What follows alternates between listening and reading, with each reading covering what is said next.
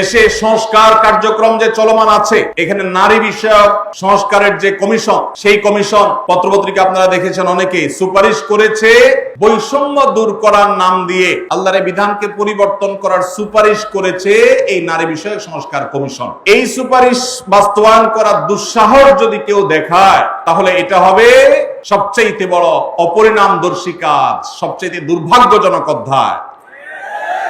এদেশের সংখ্যাগরিষ্ঠ মানুষ তারা ইসলামকে পছন্দ করে, মুসলমান, তারা ইসলামকে ভালোবাসে মনে প্রাণে, ধর্মপ্রাণ। এরপরও এদেশে একের পর এক বিভিন্ন সময় আমরা দেখেছি ইসলামকে নানাভাবে আঘাত করা হয়। আমরা মুসলমানরা সর্বশক্তি দিয়ে এই সামান্য কিছু হাতে গোনা ইসলাম এবং মুসলমানদের প্রতি বিদ্বেষ পোষণ করা এই অপশক্তি, এদেরকে দমন করবার শপথ আমাদেরকে গ্রহণ করতে হবে। আপনারা অনেকে ইতিমধ্যে জেনেছেন, অনেকে আপনারা জেনেছেন এবং দেখেছেন, দেশে সংস্কার কার্যক্রম যে চলমান আছে, এখানে নারী বিষয়ক সংস্কারের যে কমিশন, সেই কমিশন পত্রপত্রিকা আপনারা দেখেছেন, অনেকে সুপারিশ করেছে বৈষম্য দূর করার নাম দিয়ে কোরআন যে বাবার সম্পত্তিতে, মায়ের সম্পত্তিতে মেয়েদেরকে ছেলেদের অর্ধেক সম্পদ দিতে বলেছে, সে আইনটা এখনো সামাজিকভাবে প্রচলিত আইনে কার্যকর আছে। এইটাকে পরিবর্তন করার, আল্লাহর বিধানকে পরিবর্তন করার সুপারিশ করেছে এই নারী বিষয়ক সংস্কার কমিশন। এই সুপারিশ বাস্তবায়ন করার দুঃসাহস যদি কেউ দেখায়, তাহলে এটা হবে সবচেয়ে বড় অপরিণামদর্শী কাজ, সবচেয়ে দুর্ভাগ্যজনক অধ্যায়। শুনতে খুব ভালো শোনা যায়, খুব মুখরোচক মনে হয়। একই বাবার সন্তান, ছেলে এবং মেয়ে, ছেলে 2 টাকা পাইলে মেয়ে কেন 1 টাকা পাবে? কিন্তু এর পেছনে লুকায়িত আছে এক গভীর শয়তানের ষড়যন্ত্র। সেটা হলো পশ্চিমা পৃথিবীর মানুষেরা তাদের পরিবার ব্যবস্থাপনা ধ্বংস হয়ে গেছে, বহু আগেই তাদের পরিবার ব্যবস্থাপনা মুখ থুবড়ে পড়েছে।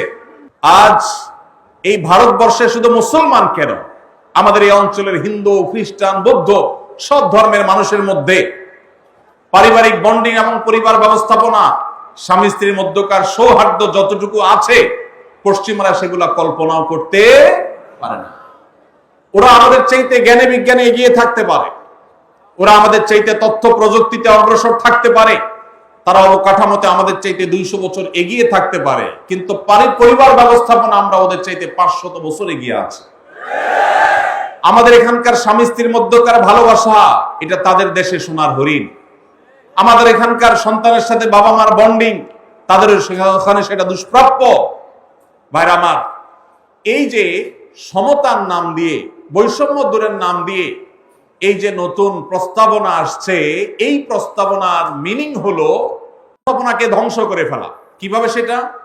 ছেলে এবং মেয়ে উভয় যখন সমান সমান হারে 1 টাকা 1 টাকা করে পাবে, তখন পশ্চিমাদের মতো ছেলে বলবে মেয়েকে, বাসা ভাড়া তুমি অর্ধেক শেয়ার করো, সংসার খরচ তুমি অর্ধেক শেয়ার করো, যেভাবে পশ্চিমা পৃথিবীতে আছে।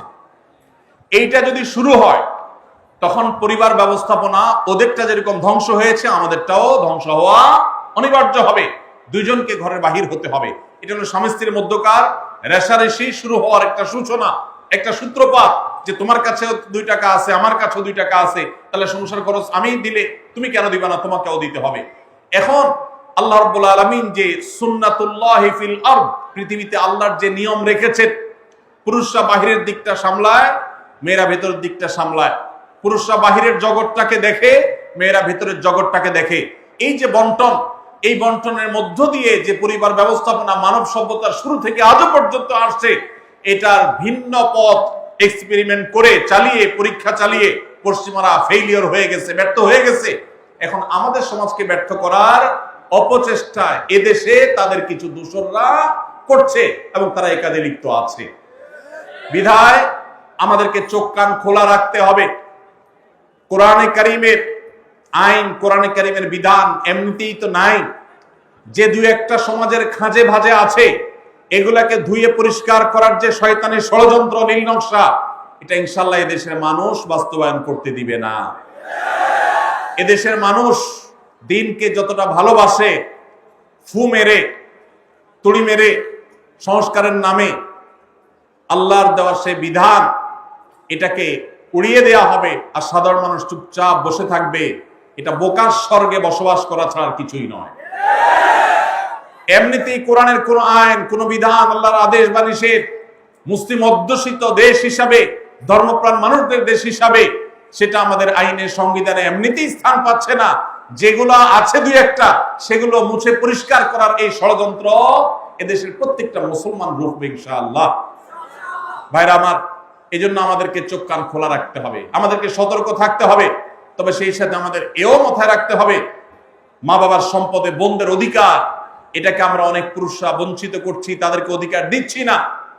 যেটুকু কোরআন বলেছে সেটুকুর বাস্তবায়ন হলেই সমাজ শান্তিতে পরিপূর্ণ হয়ে যাওয়ার কথা, কিন্তু সেটা বাস্তবায়ন করার নাম নাই, সেটাকে পরিবর্তন করার বরং চেষ্টা চলছে। ভাইরা আমার, আল্লাহ রাব্বুল আলামিন আমাদেরকে নারী পুরুষের মধ্যে সমতা বিধান করতে বলেন নাই, ন্যায্যতা বিধান করতে বলেছেন। কি করতে বলেছেন? সমতা।